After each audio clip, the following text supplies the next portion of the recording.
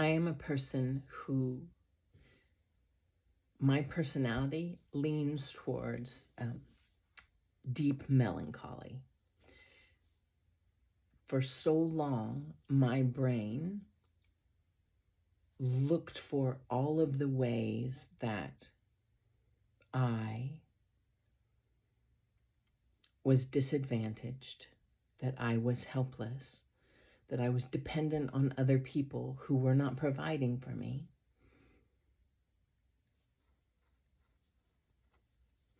It is an easy place to slip back into when I am not.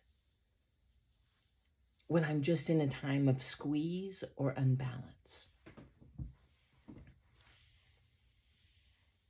What do I do with this? I don't make myself wrong for a time or a season when I feel melancholy. I don't try and tickle myself out of it. I don't try and raise my vibration. I set my mind on the thought that I will not have authority over anything that I've tried to escape. I will not be able to maneuver my way through or share with other people any way out of a thing that all I've done is a hack to try and escape. So what do you do, Brandy? Well, every 4 weeks on my Google Calendar, there comes up a little note and it says, "Love, could you use a little spoonin'?" And to me, in my mind, a little spoonin' means I get to be the little spoon. I love on myself in ways that I have listed on this reminder, because when I am not emotionally sober, when I have a bunch of chemicals running around in my body that create sensations of deep melancholy or whatever that looks like at the time, it also, my beautiful brain wants to grab thoughts on my helplessness, how it's never going to change. It slows down my perception of time. It feels like time is forever. Okay, so I have this note, and this note comes up, and it has, they aren't hacks on how to tickle myself out of this. What they are nutritious supplements. What do I know serves me? And even if I can only do one of them, maybe go outside and raise my face to the sky and listen to what I can hear. Okay, so my body chemistry, for whatever reason, is now in this, I'm going to call it the swamp, because to me, this sorrowful season, I've had swampy seasons and I have fire seasons, right? Because sometimes just being pissed off was the way to get out. It created enough steam that I could push off of the swampy season. But sometimes the swamp, I drift back into the swampy seasons. A life has all of the feelings.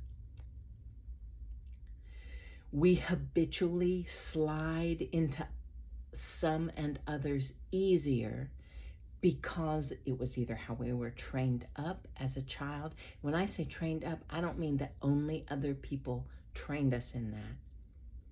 We also train ourselves into things. Okay, so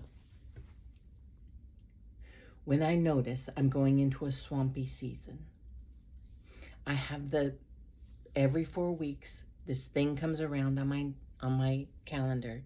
Could you use a little spoonin'? I have things that I do. that I know nourish me. Nourish me. And this is what I do with my mind, because my mind is going to feed into this. These kids play together. And my brain is a beautiful, beautiful little puppy, and it wants to go fetch me more of what I am obsessing over, what I desire to see. And desire to see isn't actually like, ooh, it's what it thinks I want. And what it thinks I want, typically, when I'm in a season of, is more reasons why that is necessary. Okay. What I do is, when I notice that I'm in a season of swamp, I let my brain have all its beautiful words, because a brain wants to use words like healthy kidneys want to filter blood, right? Okay. So I let my brain use its beautiful words, and what I do is I shoot my attention from all of this out here, all of these reasons why I should feel this way, and I take my beautiful attention and I put it in my body. What does it feel like in my feet? Because no matter how much my heart is broken, my toes don't feel it. And then I can listen far away from me. I practice just being in my body and tickling away this story of how things are awful for me. They're never going to get better. I'm helpless. I'm dependent. Whatever the story is, because my brain wants to use words. I'm going to take these beautiful words and I'm going to shoot them into my humanity, not my thoughts about humanity, what it actually feels like in my body, in all of my body. The backs of my knees, they don't notice this at all. There might be clenching in my belly. Can I listen far? There's a train that just went by. Can I bring my attention back to me? It's warm on my right foot on the corner because my feet are at an angle on the carpet. My booty's warm, but my back is a little cool. Your brain is going to go and find you things that it thinks you want.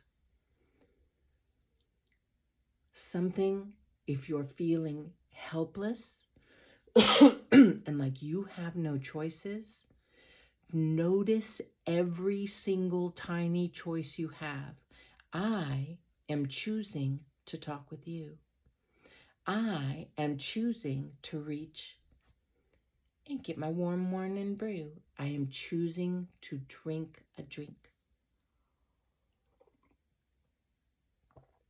I chose to swallow. Brandy, that's stupid. Okay. Is it any stupider than meditating on how you are hopeless? Meditating on how you have no choices instead of noticing all of the places you do have choices. So your brain starts to notice when it makes this huge statement about how you have no choice and everyone else controls everything and you are helpless and hopeless and depressed. When you notice the tiny ways where you, all of you, your spirit person, your body person, not all of you is depressed. My hair feels pretty good. I have choices.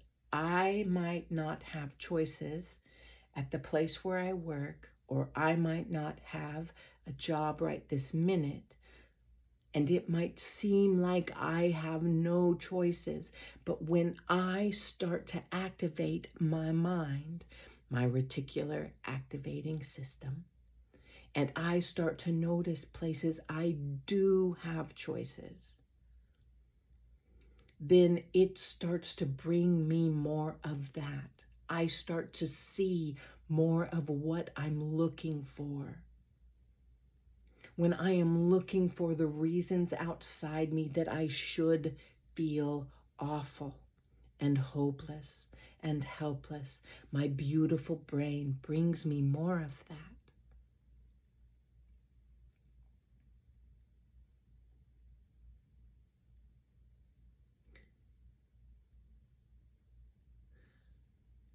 I have not gotten to the point where I can stop my mind from wanting to talk.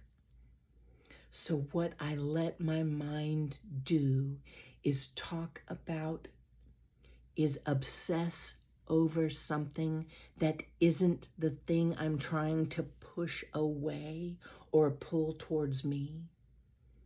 I let myself, my beautiful brain, obsess about, well, I can feel toe lint happening. And I can feel that this side of my face is warmer than this side of my face.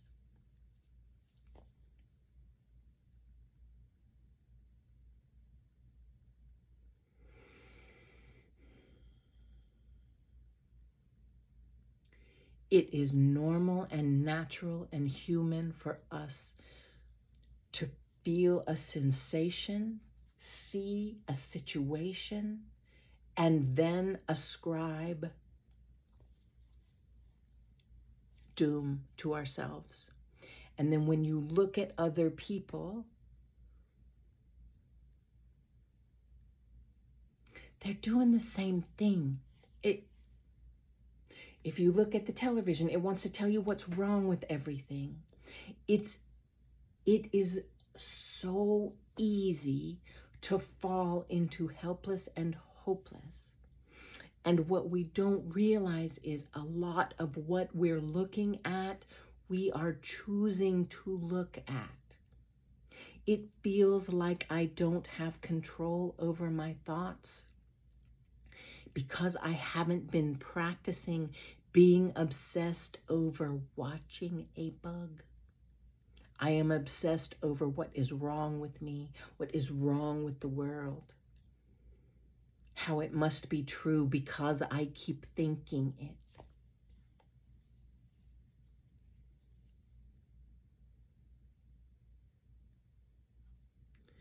Darling, worry is meditation. Whatever you're obsessing over, good or bad, is meditation. So, if you cannot be in a place where good thoughts are accessible to you, neutral is a miracle. Watching a bug just go about its bug business. Sitting in the sun and feeling it on your face, or on a cloudy day, noticing sensations, noticing that my front is warmer than my back. Your brain's gonna wanna make words. Give it something to focus on that isn't the thing that keeps you powerless. My heart is huge for you.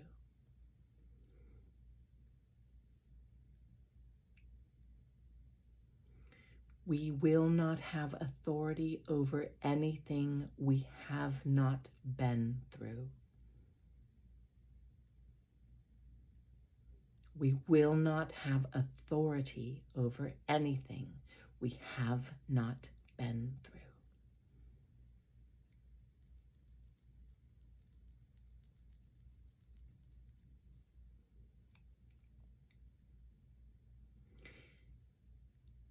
If you decide that everything you're experiencing is for you and you cannot know why, but you can decide it is, and so notice how you can bring your mind to meditate, to focus on something that is not the reason why this is the worst,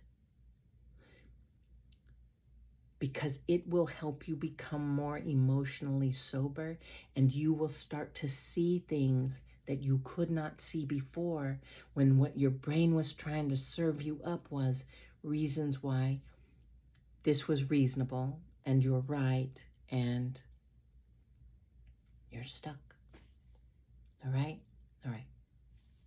I love you.